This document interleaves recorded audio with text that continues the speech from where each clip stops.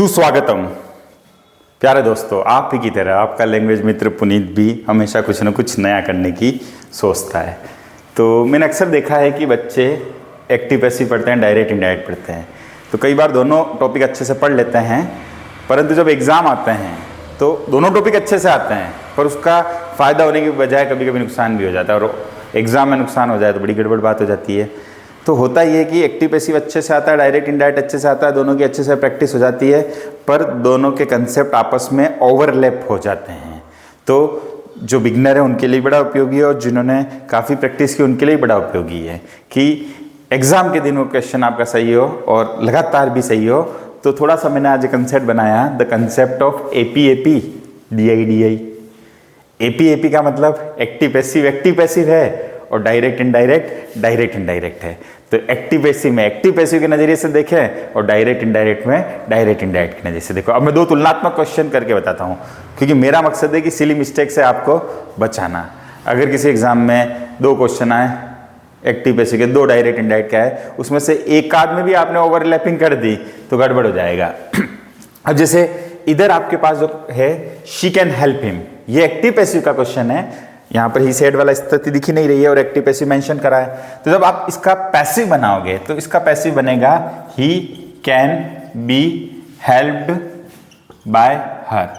इसका मतलब जब मॉडल में हम किसी चीज का पैसिव वॉइस बनाते हैं तो मॉडल के बाद बी लगा देते हैं, जबकि डायरेक्ट इनडायरेक्ट में इसका बनाएंगे तो बनेगा he said that she could help him. मैंने सेम टाइप का एग्जांपल लेके कोशिश की आपका दोनों तरफ कंपैरिजन हो। तो यहां कैन का क्या हो जाएगा, कुड हो जाएगा। समझे मेरी बात?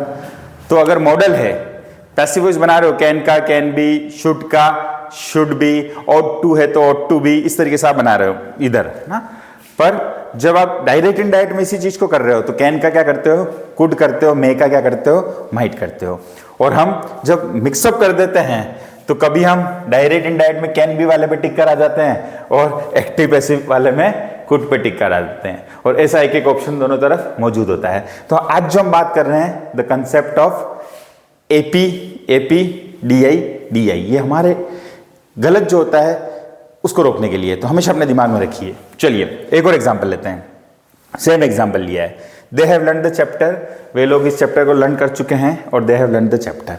अब यहाँ हमको इसका पैसिव बनाना है। तो पैसिव बनाना है तो पैसिव में प्रैक्टिस करते हैं तो आपको होता है कि प्रेजेंट परफेक्ट के पैसिव में हैज बीन आएगा, चैप्टर सिंगुलर है तो the chapter has been learn, third form ही ऑलरेडी बाय देम।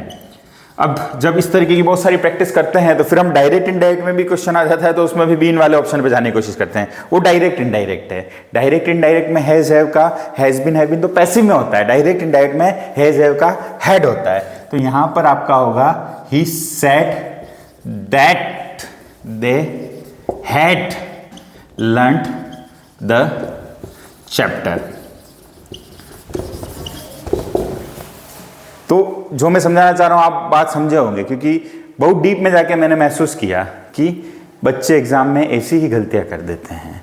जब मैं प्रैक्टिस भी कराता हूं तो प्रैक्टिस के दौरान भी जब दोनों टॉपिक पढ़ लेते हैं और लास्ट में जब टेस्ट होता है तो कुछ ना कुछ ऐसी ऐसी गलतियां मैंने नोटिस की। तो मुझे लगा कि बच्चों को एक बार बहुत ज़्यादा क्लियर करने की जरूरत है कि दोनों टॉपिक अच्छे से आने के बावजूद भी आपको ध्यान रखना है एक्टिव पैसिव के कंसेप्ट लगाने हैं, डायरेक्ट इनडायरेक्ट के। इसीलिए मैंने मिलते जुलते एग्जाम्पल दिए, बिल्कुल सेम एग्जाम्पल दिए मैंने तो यहाँ पर, है ना, ताकि आप अंतर कर सको कि एक्टिव पैसिव में कैन का कैन भी होगा, डायरेक्ट इनडायरेक्ट में कैन का कुड होगा। एक्टिव पैसिव में हैज हैव का हैज बीन होगा एज पर रूल, और डायरेक्ट इनडायरेक्ट में हैज हैव का हैड होगा। तो दोनों का आप मिक्सअप नहीं करेंगे।